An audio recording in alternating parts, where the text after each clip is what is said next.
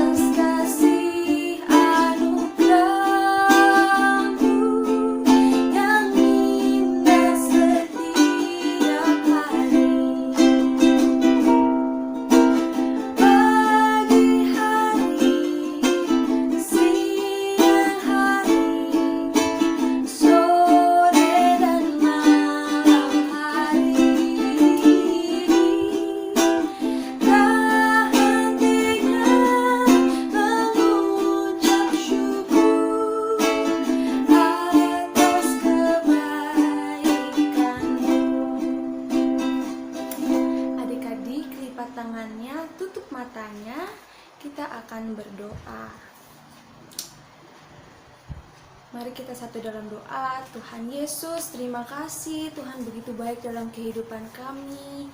Hingga pada saat ini Tuhan, kami dapat melakukan segala aktivitas kami dengan seturut kehendak Tuhan. Pada saat ini Tuhan, kami akan memulai ibadah sekolah minggu.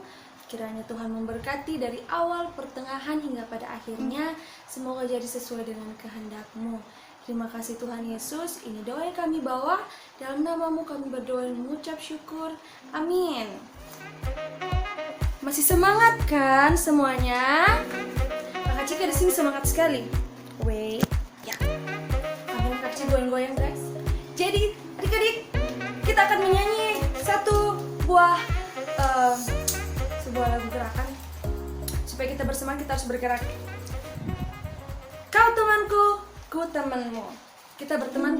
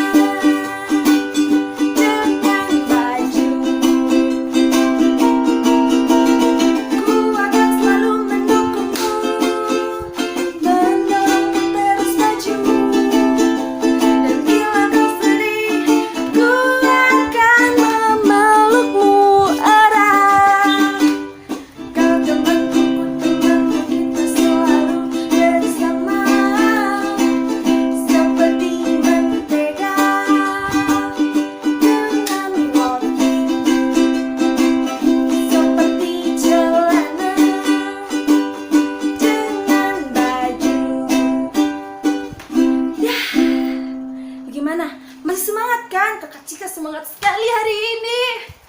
Satu lagu lagi, bagaimana cara Musa melewati laut? Musik. Bagaimana cara Musa melewati laut kosong? Bagaimana cara Musa lewat laut kosong?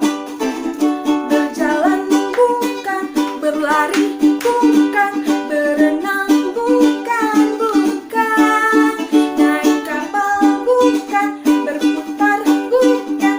Bagaimana caranya? Allah gunakan angin bertiup terus menerus.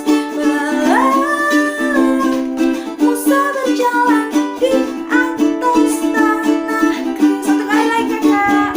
Bagaimana cara Musa melewati laut kosong? Bagaimana cara Musa lewat laut kosong? Berjalan bukan, berlari bukan, berenang bukan, naik kapal bukan, berputar bukan. Bagaimana caranya? Allah gunakan angin bertiup terus menerus. Musa berjalan di atas tanah kering. Aduh, kakak Cika tadi berjatuh. Satu kali lagi, kakak Cika masih semangat sekali. Lagu terakhir, kudaki-daki gunung yang tinggi.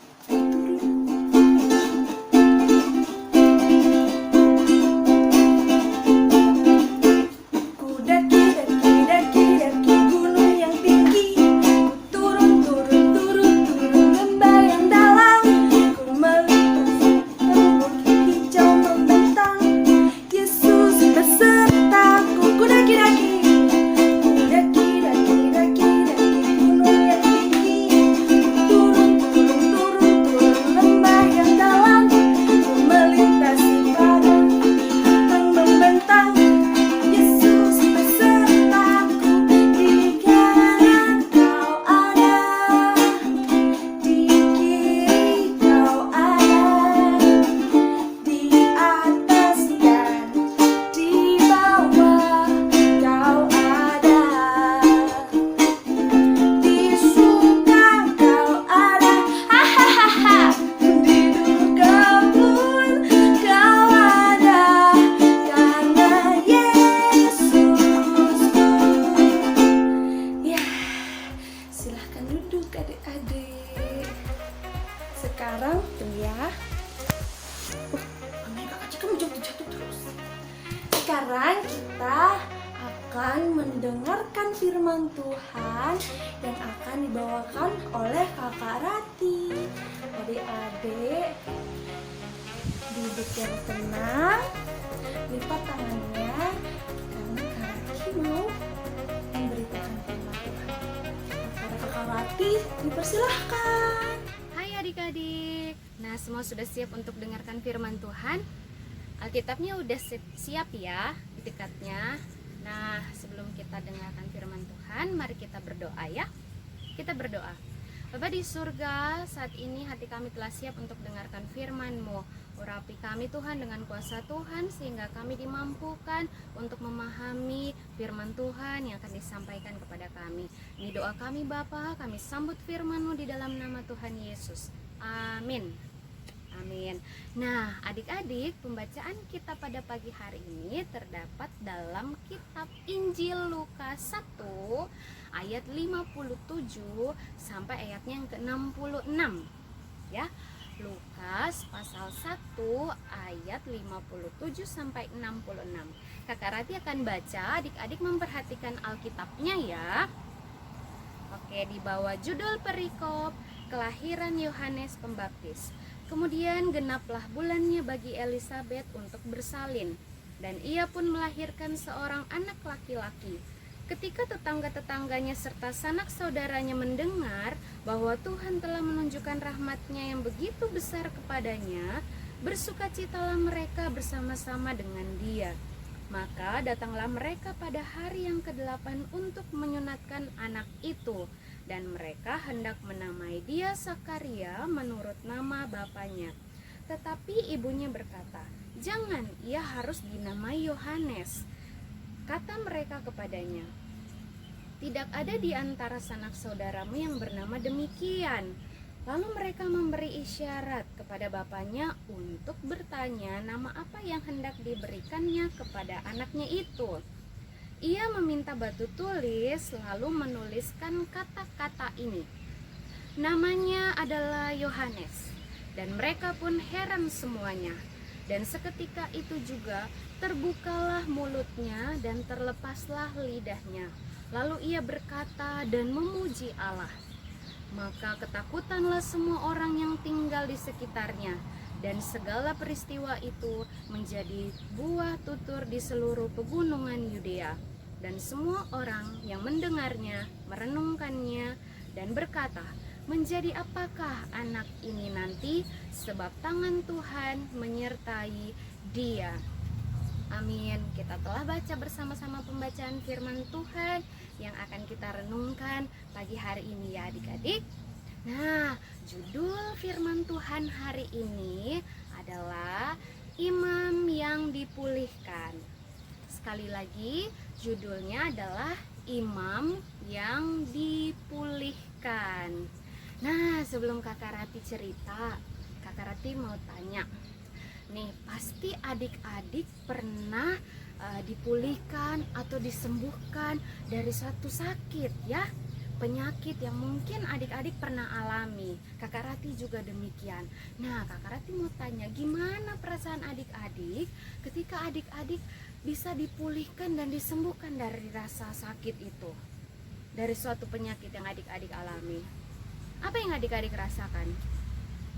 Ya, pasti senang, sangat bersuka cita karena adik-adik bisa terbebas dari beban adik-adik yang tadinya kalau sakit berarti adik-adik harus istirahat, makannya diatur, harus minum obat, ya.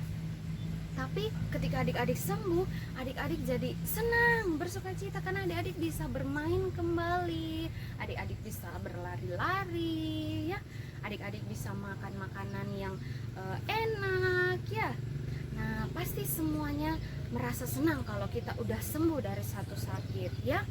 Nah, adik-adik, hari ini Kakak Rati akan cerita tentang suatu kisah seorang imam yang dipulihkan. Nah, pemulihan seperti apakah yang dialami oleh imam ini? Mari kita simak ceritanya ya.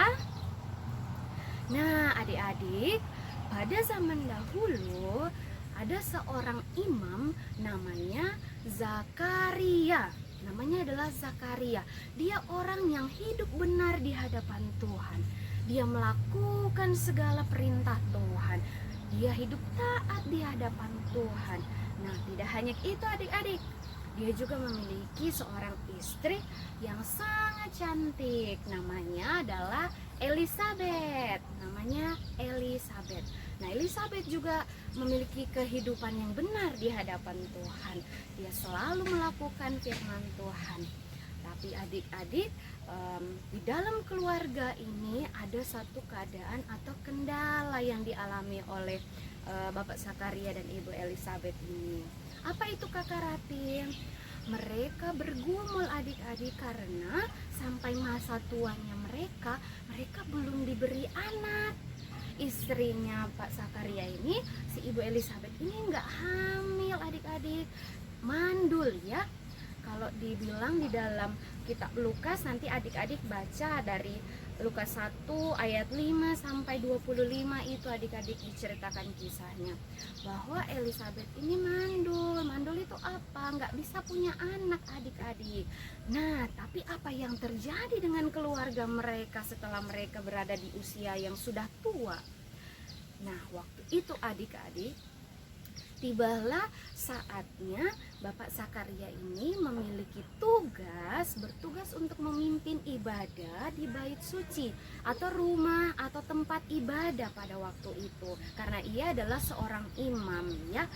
Nah, adik-adik tahu bahwa ibadah zaman dahulu tidak seperti sekarang. Adik-adik bisa ada di gereja, duduk, bisa beribadah. Tapi kalau lalu, itu imamnya yang hanya boleh masuk ke tempat ibadahnya.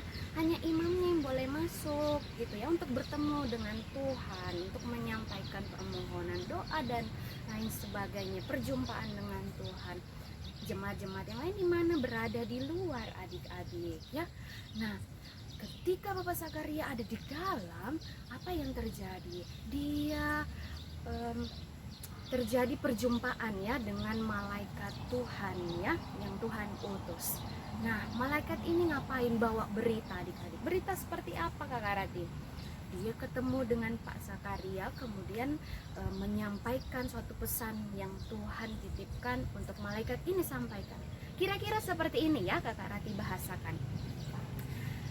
Sakaria, doamu telah dikabulkan. Istrimu Elisabet akan melahirkan seorang anak laki-laki dan engkau harus menamainya Yohanes. Itu isi berita atau pesan yang disampaikan oleh malaikat Tuhan saat itu. Adik-adik tahu apa yang terjadi? Pak Sakaria terkaget, terkejut dia mendengar penyampaian apa yang disampaikan oleh malaikat Tuhan saat itu. Dia menjawab demikian. Bagaimana bisa aku tahu tentang hal ini? Aku kan sudah tua, istriku sudah tua. Masa iya kami akan punya anak? Masa istriku akan hamil dan kami punya anak?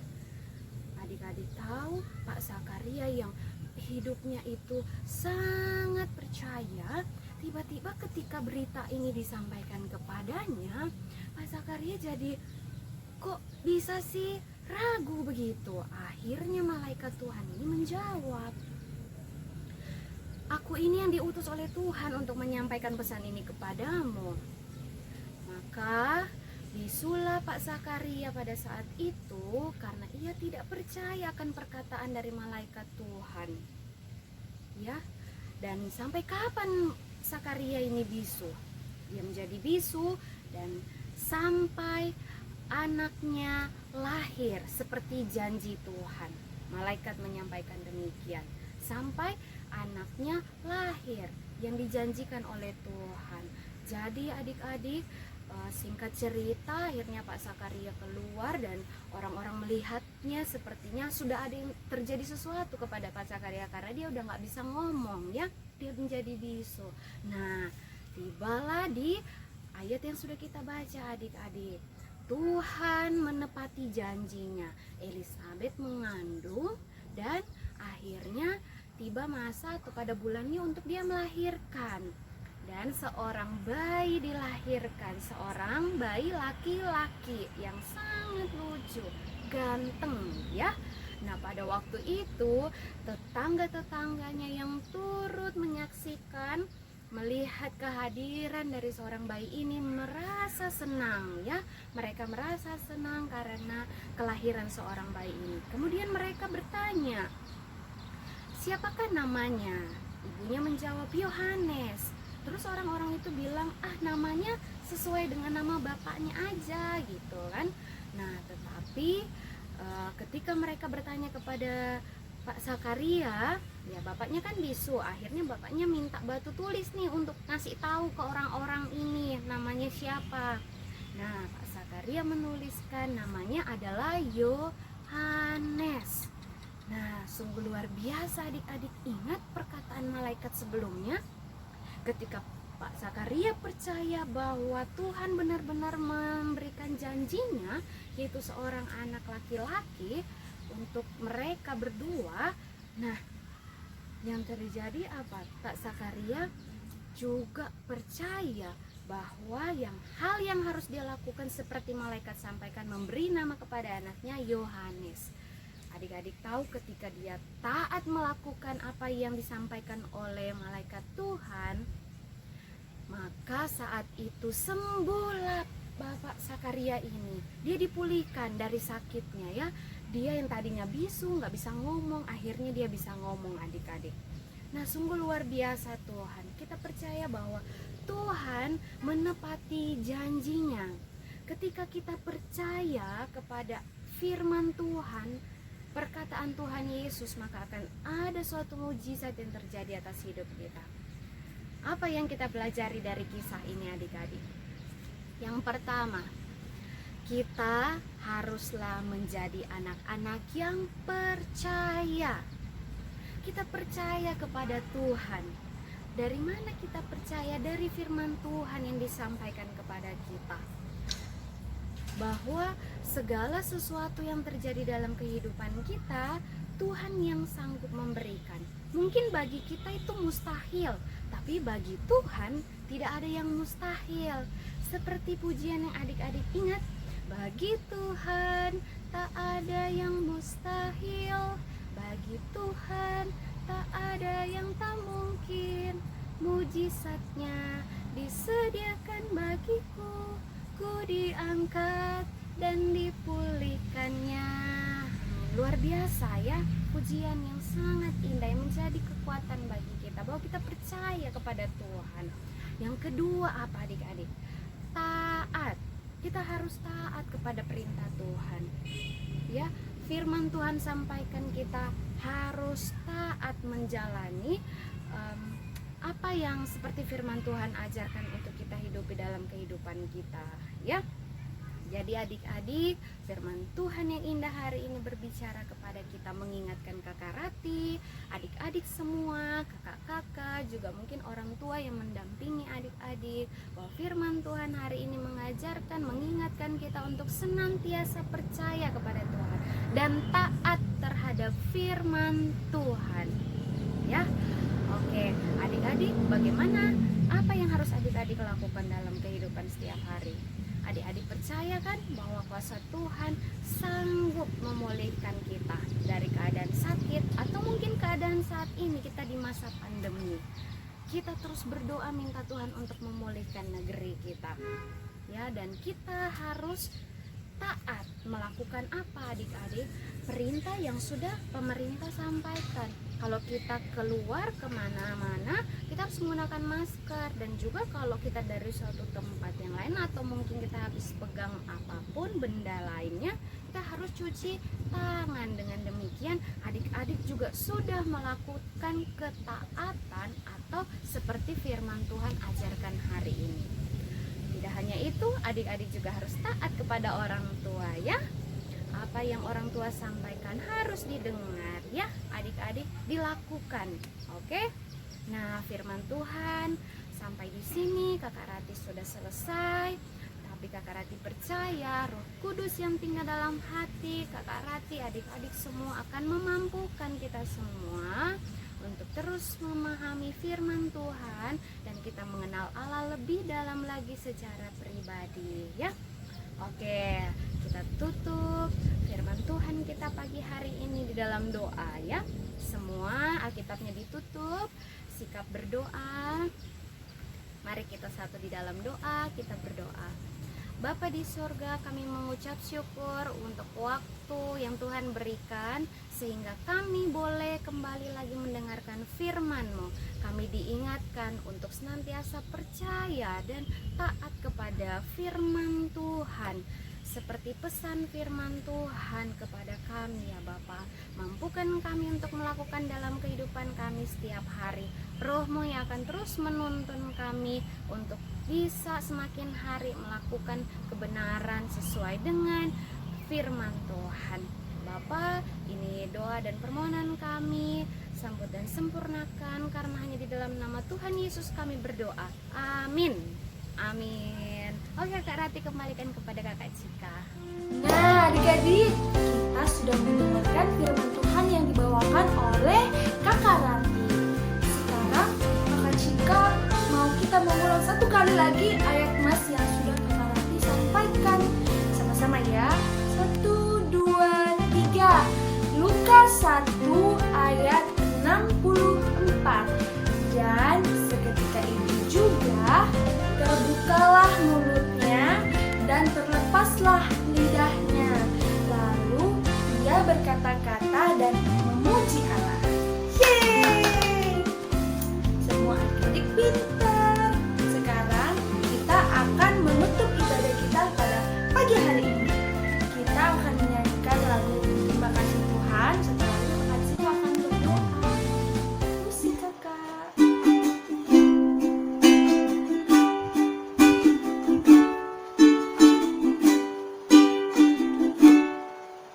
Terima kasih Tuhan untuk kasih setiamu yang ku alami dalam hidupku. Terima kasih Yesus untuk kebaikanmu sepanjang hidupku.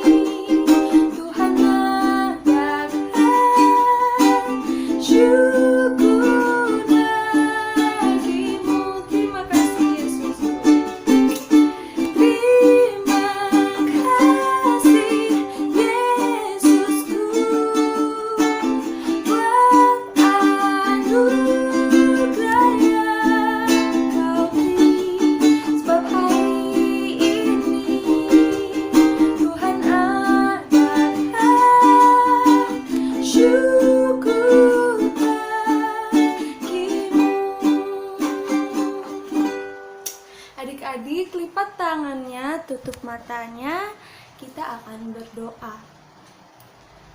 Mari kita satu dalam doa. Terima kasih Tuhan Yesus, Engkau begitu baik dalam kehidupan kami. Pada pagi hari ini Tuhan, kami telah mendengarkan sebagian kecil dari firman-Mu. Kiranya apa yang kami dengarkan pada hari ini dapat berguna dalam kehidupan kami. Tuhan Yesus, kami akan melanjutkan aktivitas kami. Kiranya Tuhan Yesus memberkati kami dari pagi hari hingga malam hari kami akan tertidur. Hingga 1 minggu ke depan Tuhan Yesus tetap memberkati. Dan seterusnya Tuhan Yesus memberkati.